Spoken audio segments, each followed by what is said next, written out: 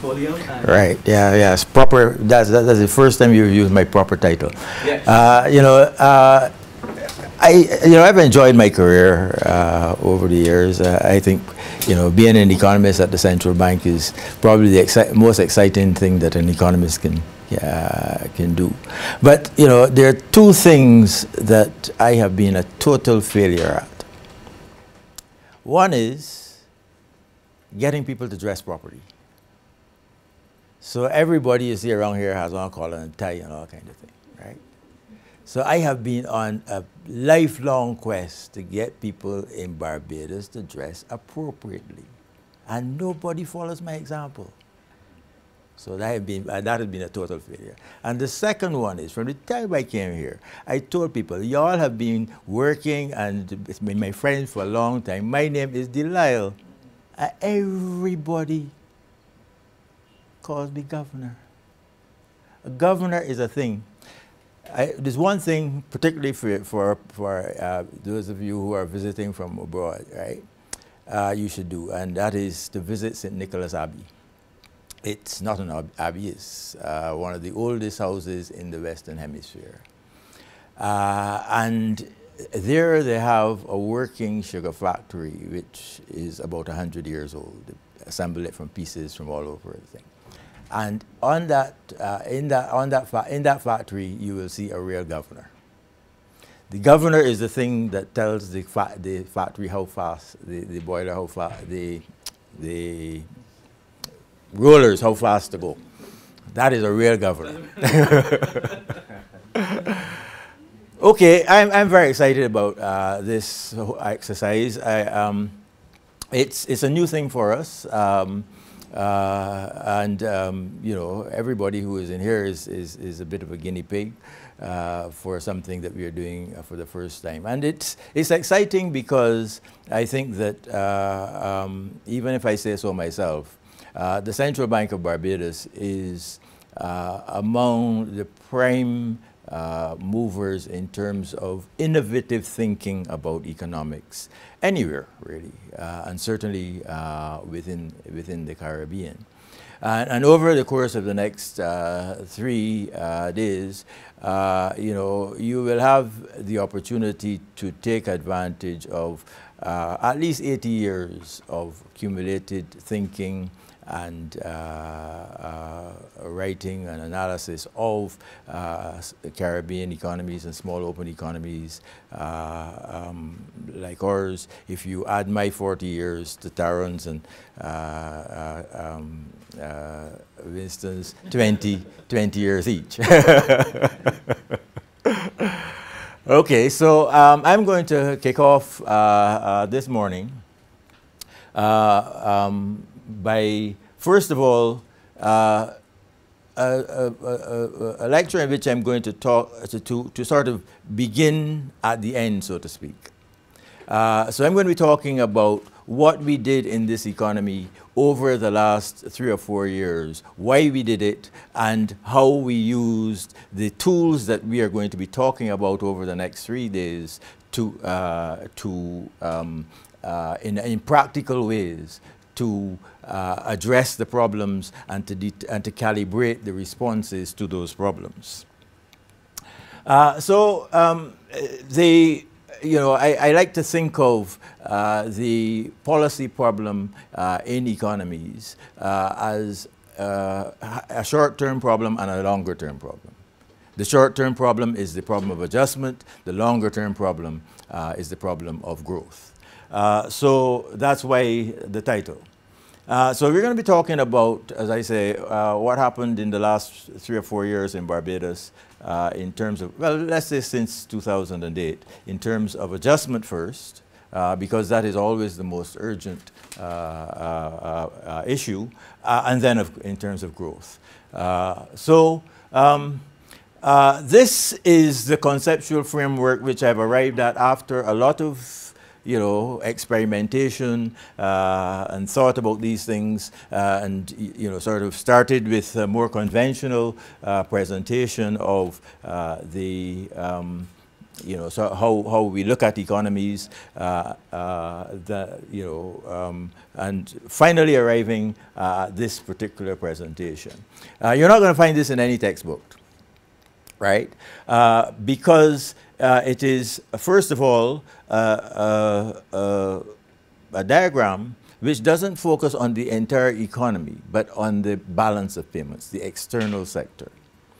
And the reason why you can get away with this in small open economies is that the critical parameter in the small open economy, the critical constraint, is the foreign exchange.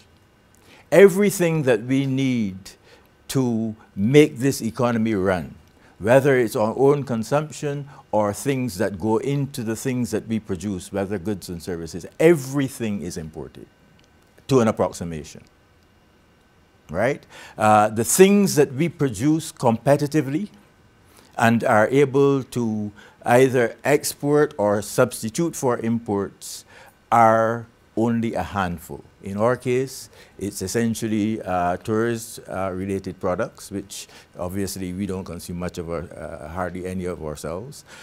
International business and financial services, again, almost by design, something that is not for domestic consumption.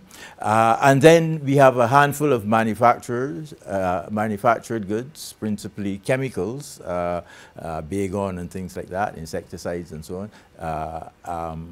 Rum, which is another major export. We consume a lot of it, but you know, hopefully not the majority. And the sector that I'm really particularly excited about, and we'll talk about a little bit more about that in due course, green energy, generating electricity from wind and solar. But apart from that, and you know, if you think of all the things that you're wearing, your breakfast that you had today, all the things that are in this room, you know, everything that we need to live and to do things, it's all imported.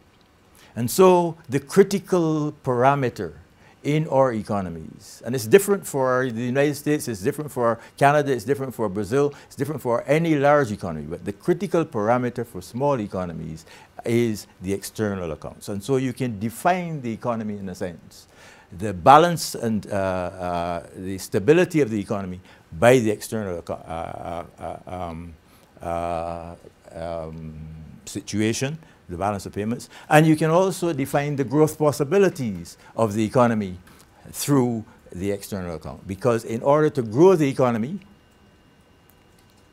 you have to have more foreign exchange. You have to have more foreign exchange to produce the things that you're exporting. You have to have more foreign exchange to supply the consumption goods of the people who are working and earning salaries from producing the things, the goods and services that you're exporting. So both in terms of the stability of the economy and in terms of the growth of the economy, you can define it on the balance of payments. And that's what this chart represents. So you, on the horizontal axis, you have the total spending in the economy.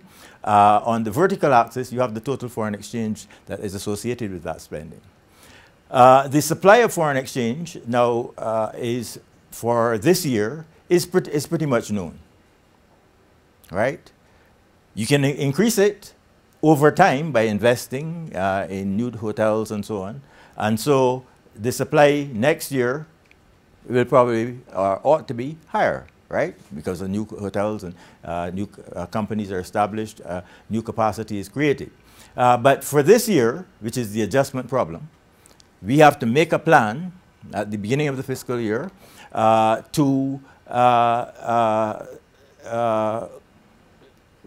which is based on the supply that we can expect at full capacity for this year. Now, when we make that plan, when we do our forecast of the economy, we find that the demand, this is the demand curve, the more spending power that you have, the more foreign exchange you're going to demand. If you find that at the end of the year, that when you do your forecast for the year, your demand is at this level, clearly you have a problem, because your supply will only, on the demand curve, the supply will only accommodate that amount, right? So since this is all that you have this year, then this year what you have to do is you have to bring the demand down so that your demand comes back to be. And that's the difference between the small economy and the large economy. And that's the problematic which the IMF does not recognize, the rating agencies do not recognize, and so on. All the people who talk about using exchange rates and so on to for counter-cyclical policy. You cannot do counter-cyclical policy in the small open economy unless you get more foreign exchange. So by and large, the only good option open to small open economies is to ride out the storm by taking it, full on. If you do that, and if you take appropriate measures, then our experience is that there is no permanent damage to the economy. So that's the adjustment problem. But of course, you don't want to stay there, right? What you want to do while you're riding out the storm, while you're taking the adjustment that we have had to do over the last couple of years, I'll get to that in a little while, on the fiscal, because the way that you get the expenditure down is through tighter fiscal policies, right? That's the reliable way to reduce expenditure. I'll talk some more about that over the course of the day.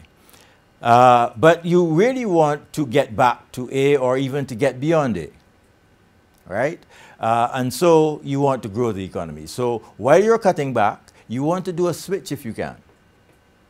You want to switch from the government, the contraction that is happening in the government. You want to see to what extent whatever resources you have, whether both domestic and foreign exchange, can be directed towards investment in the sectors that earn foreign exchange or that save foreign exchange, so that your foreign exchange availability next year and the years following will increase by this amount. So this chart,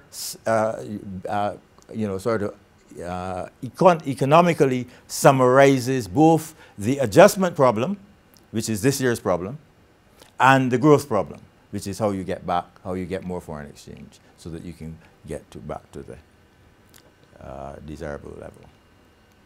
Okay, so we are going to the first part of the presentation is going to focus on the adjustment problem that we had in 2013. Now, this is the most powerful chart in the Barbados economy, most powerful chart for policy, and it's a chart that the top policy makers, myself, the Minister of Finance, Michel, the research management and the top management in the Ministries of Finance and Economic Affairs all see every day, right? This arrives by email every day. And what it is the central bank's balance sheet at the end of the previous day. Or rather, the level of reserves on the central bank's balance sheet at the end of the day. And why that matters is because the balance between foreign exchange spending and receipts shows up on our balance every day. Because ultimately, transactions are settled by banks in the interbank market, right? So if one bank is short foreign exchange, they can see whether there is foreign exchange available elsewhere within the system. But what we guarantee is, and the reason why we hold foreign exchange is we say, if there is no foreign exchange for legitimate activity anywhere else within the system, you can always come to the central bank and we will sell you at the fixed exchange rate. And that's how we keep the foreign. I tell people that our exchange rate is not set by fiat. It is set on the market. But the market knows that the central bank backstops the rate. That any time there is insufficient supply within the market, then the central bank will always act to provide the deficiency. So And so that's why we watch this every day, right? And what is immediately apparent, and we plot it in this way so that you can see when you're running into problems. So the black line is 2014. The green, the red, and the blue lines, the dark blue lines, are 2010, 2011, and 2012. And there is a funny line here, and that's 2013. Right? Now, plotted this way, you can immediately see when you're running into problems. Right? So this is January to April 2013, no problem. In May, you began to see this problem. By the end of May, we knew we were in trouble. Right? And by August, we had done something about it. This is what motivated the measures that the minister introduced in August of 2013. Because when we saw this trend, we made an estimate, going back to the previous slide, of the foreign exchange supply for the year. Originally, we thought the supply was at that level, was at the dotted level. Now we are discovering that, in fact, it is much lower, right, on the evidence from the chart, right? So we make a new forecast and we say you have to pull enough expenditure out of the economy to arrest this decline, okay? By August, obviously, nothing has changed. And so you have to make another adjustment. And so by December, the minister went back to Parliament and further adjustments were made, and the cuts in staff and so on. And you can see that the results speak for themselves. 2014 goes back to a normal pattern. Okay? How did we do the calibration for how much adjustment was needed? As I said, by April it became clear that the expected supply of foreign reserves was here. The expected demand was too high. So this was the required reduction in demand. And so this was the target for, this is how we derived the target for the fiscal. I'll talk later on today. I'll show you the underlying model that informs that calculation. And then if you want this amount of fiscal, of a reduction in aggregate demand, then based on the fiscal multiplier, you calculate how much you have to adjust revenue and expenditure to reduce the fiscal deficit by. This picture is also a picture that we see every day, and this is the picture which informs the first one that we saw. This is the record of daily purchases and sales of foreign exchange by the central bank. So you can see that on average, and this is January to May 2015, you can see that on average it has been quite healthy this year, that we've had a couple of large purchases, average purchases of about $1 million, $500,000, but we've had very few sales.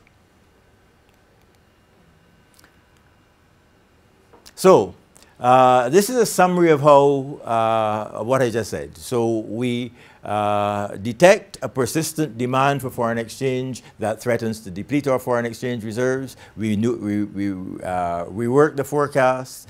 We calculate the expected shortfall. We then address the minister, because it's the Minister of Finance then who has to take the necessary measures, and if the measures are quite severe, he has to take it to Cabinet, get Cabinet approval, everybody signs off on it, and then we monitor. So if the first effort is not sufficient, you keep going back and back until you get sufficient constriction in demand. So that's the adjustment problem. So now let's talk about growth. This is now, growth is about how you add to productive capacity. or that you do other things to increase the potential earnings of foreign exchange. And as a practical matter, these are the kinds of things that you have to address in order to stimulate growth. And these are the things that in Barbados we're looking at. Increased labor productivity, right? The gross calculation of the output per labor input. At the end of the day, that figure has to keep going up. Why? Because it is going up with everybody else. All your competitors are achieving increases in labor productivity. Also, people want to be better off over time. And if you are, operating in a competitive market and as a small open economy, you have to, because that's where you get your in the foreign exchange. Then you have got to keep up. In fact, you've got to, if anything, get ahead of the competition. And if you're a services economy, the professionalism, the engagement, the level of engagement that the worker brings to the table is very important, and that is one of our biggest challenges in Barbados, as you know. The other thing, the next thing you have to do is you have to improve the quality of the product. People are interested in, value for money. And if you give a value-added product, then you enhance your competitiveness. Enriching the products and services in other ways, so that, if you have a richer tourist experience, for people who in our case, in the international business and financial services sector, the environment for professionals in that sector. Market niches, and I'm going to say a little bit about some of the ones that we have been able to exploit. Smart marketing, where you use your marketing dollars more effectively to target the specific activities where you think the return is likely to be greatest. The development of products and markets where you have some advantage to begin with, where there's some expertise, resident expertise. That's why rum is such a natural for us. And things that build on other competitive strengths that we have. So I'm going to say a little bit about that in a little while. And then the question of the role of government in promoting growth. We are not, because of foreign exchange, because of the foreign exchange constraint and the fact that government does not generate any foreign exchange, government cannot grow the economy directly. But government has an important role to play in providing the things that make us competitive, such as infrastructure, communications, incentives. One of the success stories of Barbados is the extent of penetration of telecommunications and IT in the society. And an important contributor to that fact is that very early on we made computers duty-free. And that made them, sort of, especially when we began to get into the era of laptops and so on, much more accessible than otherwise they might have been. Maintaining and operating and supporting the institutions that ensure the social and political stability. That is a very important factor. It's a factor that economists don't have a means of measuring and therefore tend to neglect. But if you look at the comprehensive indices of competitiveness, that features very highly. And support for innovation and small business. That's something that we talk a lot about, we have a lot of institutions for, but none of them works very well. Okay, so that's the picture of the growth, right? Same picture, but now focusing on moving from the position that you stabilize the economy at to where you want to take it in terms of future growth. And this, I've included this to illustrate the difference between the small open economy and the large diversified economy. So that on the horizontal axis here, I have, an arbitrary growth rate. And what I'm saying that if you are the U.S., you only need this much growth, this much imports, because their import ratio is approximately 15%, right? So you only need this much imports to support this amount of growth. But if you're Jamaica, where their import ratio is 52%, you need this much imports for the same amount of growth, all right? Just to illustrate the importance of foreign exchange for our open economies. This chart speaks to the productivity issue. And this is the index of Barbados's real output per worker, which has remained virtually unchanged in the last 20 years. Slight improvements, very slight, and our unit labor costs. So you can see that that is, a huge gap that has opened up. All right. So our workers have not earned their keep. Yes. I think this is a really interesting chart. One of the things I'd like to point out here as well is that there is a close link to competitiveness. Because suppose you had the opposite thing occurring. Suppose you had productivity rising compared to your labor cost. This is also increasing as well. As long as your productivity is rising faster than your cost of labor, you're still doing pretty well. Yeah? So there's a close link here between these two and competitiveness as well. Absolutely, absolutely. I mean that really is what competitiveness is all about. Yeah, yes, Alan. This is Barbados. I wondered if you have the information for similar economies within the Caribbean. That would be an interesting study. Yeah. Okay. I haven't done it, but If you continue speaking, I'll give you some stats to compare because they calculated the unit labor cost of some other countries.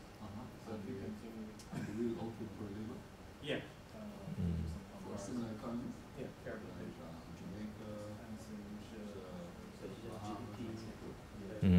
Yeah, you can do a quick. I'd love to see that. The cost of living, because the pay should, in my layman's terms, the pay has to be to reflect the cost of living.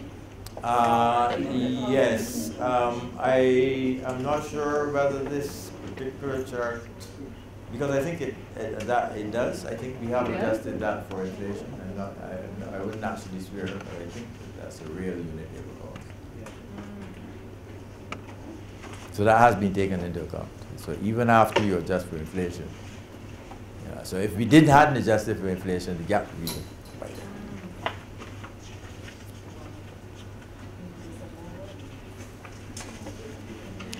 Okay, talking about the quality issue now, right? So we export two qualities of rum, if you may put it that way. Bulk rum is just what it says. It's just a raw spirit which is exported like that, and then the people who buy it then blend and bottle it and package it and so on for consumption. As you can see, we've been moving away from that to rum that we bottle here and add value to in Barbados. So now the bulk of the rum that we export is actually not only distilled here, but is also aged and blended here and sold sometimes under domestic labels, but there's also an increasingly important business in blending for other brands, but doing the blending, bottling, packaging, and labeling in Barbados. So both of, certainly Foursquare and West Indies Rum Refinery, both actually market that service. So if you have, specialists, even a bar in London or somewhere, they can actually provide you with your own, label of rum, which they will produce here for you, pack, to your specifications. So they give you a range of options of how long, if you want it to be a 5-year-old or a 10-year-old or a 7-year-old, and what kind of characteristics you want to have, and give you tastings. And so whatever you're satisfied with, then they will blend it here for you, package it, bottle it, and label it and everything, and ship it to you as a finished product. You just take it out of the box and put it on yourself.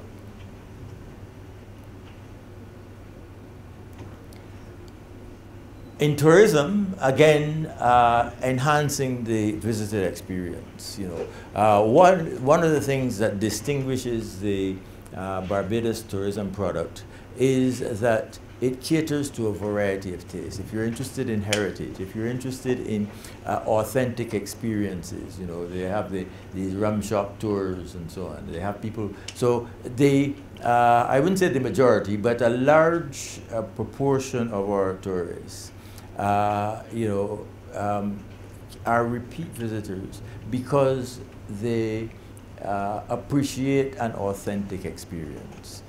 They build friendships in Barbados. They establish relationships which make it home away from home for them. And what that does is it provides you with a solid foundation for building out the tourism product. But you have to make sure that you do it in ways that are sympathetic to what you already have. We have growing heritage tourism, which we are all around the world now. People are have begun to appreciate that you have to understand where you come from, and you have to understand the diversity of cultures in there. So there's there's a substantial interest in that. Culture, food and drink. We have now a variety of culinary offerings, different types of restaurants and so on, some of them quite outstanding. We built up a chef culture in Barbados and a mixologist culture, a lot of it using local materials and so on. So all of these things are creative things which enrich the experience and appeal to a certain quality of tourists, and those are the tourists that by and large are spend. Have a better spend. And then we have the attractions, some of which are unique, like Harson's Cave, some of which are only available in a few places, like our submarine and things of that nature. Then there are the niche markets, and there is one niche market that throughout the Caribbean has become very important in the last 30 years, and that is the diaspora market. And that's what's reflected in this bump in tourism in July and August. That's when Bajans come home for crop over. Even those that don't take part in crop over tend to come home in crop over because the kids are on holiday, and it's a convenient time for vacations. And that is a market that didn't exist 30 years ago. And actually, it's a market that we didn't think would happen. Crop over originally was at the end of the crop, which was around April, May, traditionally. Now the crop is going out, so that's when it starts. But anyhow, so when the festival was revived, at first that's when it was. And then somebody in the tourism industry said, but we don't have any tourist arrivals for the entire summer. So let's put it in the middle of the summer so we'll get some of the same tourists to fill back up the hotels. That didn't happen. But what happened instead was that Bajans came home in droves. And while that didn't help the hotels very much, what it did help was everything else in the economy. The retail sector, the car rentals, tour operators, everybody else and also vendors and small businesses and so on, which give a different kind of spillover from there. So that has been a success in the development of niche markets, and it's a good story about development, because in development you have to be flexible. You have to go where the market is leading. So you may set out with one intention, and then you find that the gains are not directly where you thought they would be, right? So the hotels are disappointed, but when you look at it overall for the benefit of the economy, you can see so many other possibilities, and which has made it a success. Smart marketing, I talked about that, and I get a little irritated when people tell me about, the US economy is growing, therefore our tourism is growing. The UK economy is growing, therefore our tourism. We only need $500,000 from everywhere in the, a million tourists a year from everywhere in the world. So what is happening to the overall US economy of 300 million people is irrelevant to me. What matters is what is happening in the specific markets that I'm targeting, and how well those markets are doing. And I have the option to move out of the markets that are the areas and regions or cities that are not doing so well, and move towards the ones that are potentially most remunerative. So what we want really is to break the arrivals down into pictures like this. What this picture is, this is for the UK market, and what it shows is, and the blue bars, how rich the regions are, right? So the highest per capita income is in London, followed by the southeast, followed by Scotland, with all the oil, right? That's why they want to be independent. So where do we get our tourists, or most of our tourists from? That's the red bars. And, by and large, we are doing the right things, because most of our tourists come from London and the southeast. So that says that, you're properly aligned, right? What we haven't done is a similar thing for selected regions of the US and Canada. Although I think in Canada we have a notion that, of where to, we need to be oriented, because, a lot of the oil money is in the Midwest and out west, and that is an area that is, potential for us to develop. So that's to make the point about how you can be smarter in terms of your marketing. Yes. Just a comment about the $500,000. I think the expenditure trend should be also taken into account, because you can never have the same $500,000. So it depends on culture. Some people might come, they don't spend. It seems I heard the story about in Spain. Sometimes people say they were complaining about the Dutch tourists. When they come, they don't even go to a hotel. They have the thing. They bring everything. So you see, I think there's a nuance there. The same $500,000, you understand? Because at the end of the day, what did they spend? You understand? That's just yes. No. That's a very important point, and that's again something where we have a bit of an advantage, because Barbados has the Barbados brand in the market. Is seen as being upmarket. People complain that Barbados is an expensive place. I don't mind, because in a sense that's what is most beneficial if you sort of can. But what matters is going back to the productivity, that you give value for that money. Even rich people get upset when they think that they're not getting what they paid for. And so the critical thing is, not that you're expensive, but that people feel that they're getting value for money. People, Mercedes sells expensive cars, but they sell lots of cars. Why? Because people have the impression, whether rightly or wrongly, I think wrongly, that what they're getting is a superior product, right? They'd be better off with the Toyota, but that's green energy. You're going to hear a lot. You're going to talk a lot about green energy, because I think that throughout the Caribbean, this has the potential to be a game changer. I think that if we really pursued the alternatives of using existing technology of wind and solar and storage options that are